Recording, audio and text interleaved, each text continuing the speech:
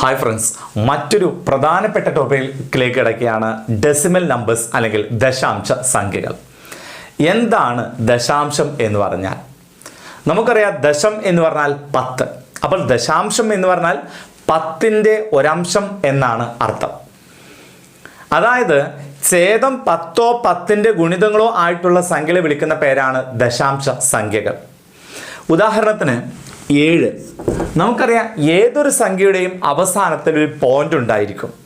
8 എന്ന് പറഞ്ഞാൽ 8 പോയിന്റാണ്, 9 എന്ന് പറഞ്ഞാൽ 9 പോയിന്റാണ്. ഓക്കെ, അപ്പോൾ ഇവിടെ 7 എന്ന സംഖ്യയെ 10 കൊണ്ട് ഹരിക്കുക എന്ന് പറഞ്ഞാൽ 10ൽ ഒരു 0 എന്ന് പറഞ്ഞാൽ നമ്മൾ ചെയ്യേണ്ടത് 7ൻ്റെ ഇവിടെയുള്ള ഒരു പോയിന്റ് ഇടത്തോട്ട് മാറ്റി പോയിന്റ് ഇടുന്നു. അങ്ങനെ നമുക്ക് ദശാംശ സംഖ്യയായിട്ട് മാറുന്നു. ഓക്കെ, അപ്പോൾ 7നെ 10 കൊണ്ട് ഹരിച്ചപ്പോൾ നമുക്കൊരു ദശാംശ സംഖ്യ കിട്ടി, 0.7 എന്ന് കിട്ടി. അതുപോലെ തന്നെ 5/100 അല്ലേ? അപ്പോൾ ഇവിടെ നമ്മൾ 5നെ നമ്മൾ 100 കൊണ്ടാണ് ഹരിക്കുന്നത്. 100ൽ 2 0 ഉണ്ട്. എല്ലാ സംഖ്യയുടെയും അവസാനത്തിൽ പോയിന്റ് ഉണ്ട്. അപ്പോൾ 5ൻ്റെ അവസാനത്തിൽ പോയിന്റ് ഉണ്ട്. ഈ പോയിന്റ് എടുത്തിട്ട് 2 സ്ഥാനം ഇടത്തോട്ട് മാറ്റണം. അപ്പോൾ 10 കൊണ്ട് ഹരിക്കുക എന്ന് പറഞ്ഞാൽ ഒരു സ്ഥാനം മാറ്റി ഇടത്തോട്ട് മാറ്റണം.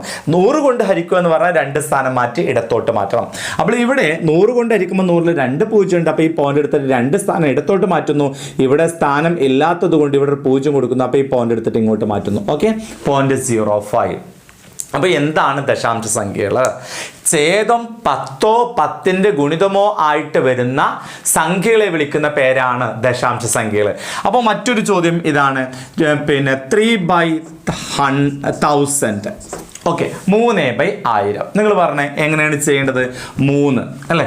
ഏതൊരു സംഖ്യയുടെയും അവസാനത്തിൽ പോയിന്റ് ഉണ്ട്. 1000 കൊണ്ട് ഹരിക്കുക എന്ന് പറഞ്ഞാൽ ആ പോയിന്റ് 3 സ്ഥാനം ഇടത്തോട്ട് മാറ്റണം എന്നാണ് അർത്ഥം അല്ലേ? അപ്പോൾ ഇവിടെ 1000ൽ 3 സ്ഥാനമുണ്ട്, 3 പൂജ്യങ്ങളുണ്ട്. അപ്പോൾ ഇവിടെയുള്ള പോയിന്റ് 3 സ്ഥാനം ഇടത്തോട്ട് മാറ്റണം. പക്ഷേ ഇവിടെ ഒരു സ്ഥാനമേ ഉള്ളൂ, അതുകൊണ്ട് 2 0 ഇവിടെ നൽകി ഈ പോയിന്റ് എടുത്തിട്ട് 3 സ്ഥാനം ഇങ്ങോട്ട് മാറ്റുന്നു. ഓക്കെ, അപ്പോൾ എന്താണ് ദശാംശ സംഖ്യകൾ എന്ന് ചോദിച്ചാൽ നമുക്ക് പറയാം, ഛേദം 10ഓ 10ൻ്റെ ഗുണിതങ്ങളോ ആയിട്ടുള്ള സംഖ്യകളെ വിളിക്കുന്ന പേരാണ് ദശാംശ സംഖ്യകൾ എന്ന് പറയുന്നത്. അപ്പോൾ സ്വാഭാവികമായിട്ടും നിങ്ങൾ ചോദിക്കും, 7/2 ഇവിടെ ഛേദം 10 അല്ലല്ലോ അല്ലേ? 7/10 എന്ന് പറയുമ്പോൾ ഛേദം എന്തല്ല? 10 അല്ല. അതായത് അപ്പോൾ 7/2 എന്ന് പറഞ്ഞാൽ എത്രയുണ്ട്? 3.5.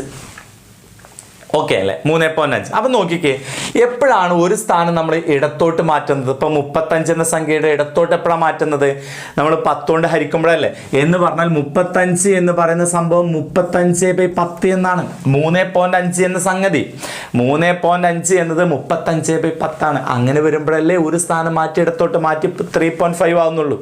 അപ്പോൾ നിങ്ങൾ ചോദിക്കും, എങ്ങനെയാണ് പിന്നെ ഇത് 7/2 ആയത്? അതായത് 35 എന്ന് പറഞ്ഞാൽ 7 ഗുണിക്കണം 5 ആണ്. 10 എന്ന് പറഞ്ഞാൽ 2 ഗുണിക്കണം 5 ആണ്. ഈ 5ഉം 5ഉം വെട്ടി അതിൻ്റെ സിംപ്ലസ്റ്റ് ഫോമാണ് 7/2 എന്ന് പറയുന്നത്. ക്ലിയർ ആയല്ലോ? അപ്പോൾ നമ്മൾ 2 കാര്യങ്ങളാണ് പ്രധാനമായിട്ടും പഠിച്ചത്. ദശാംശം എന്ന് പറഞ്ഞാൽ 10ൻ്റെ അംശം എന്നാണ് അർത്ഥം അല്ലേ? അതായത് ഛേദം 10ഓ 10ൻ്റെ ഗുണിതമോ ആയിട്ടുള്ള സംഖ്യകളെ വിളിക്കുന്ന പേരാണ് എന്ത്? ദശാംശ സംഖ്യകൾ എന്ന് വിളിക്കുന്നത്. ദശാംശ സംഖ്യക്ക് 2 ഭാഗങ്ങളുണ്ട്.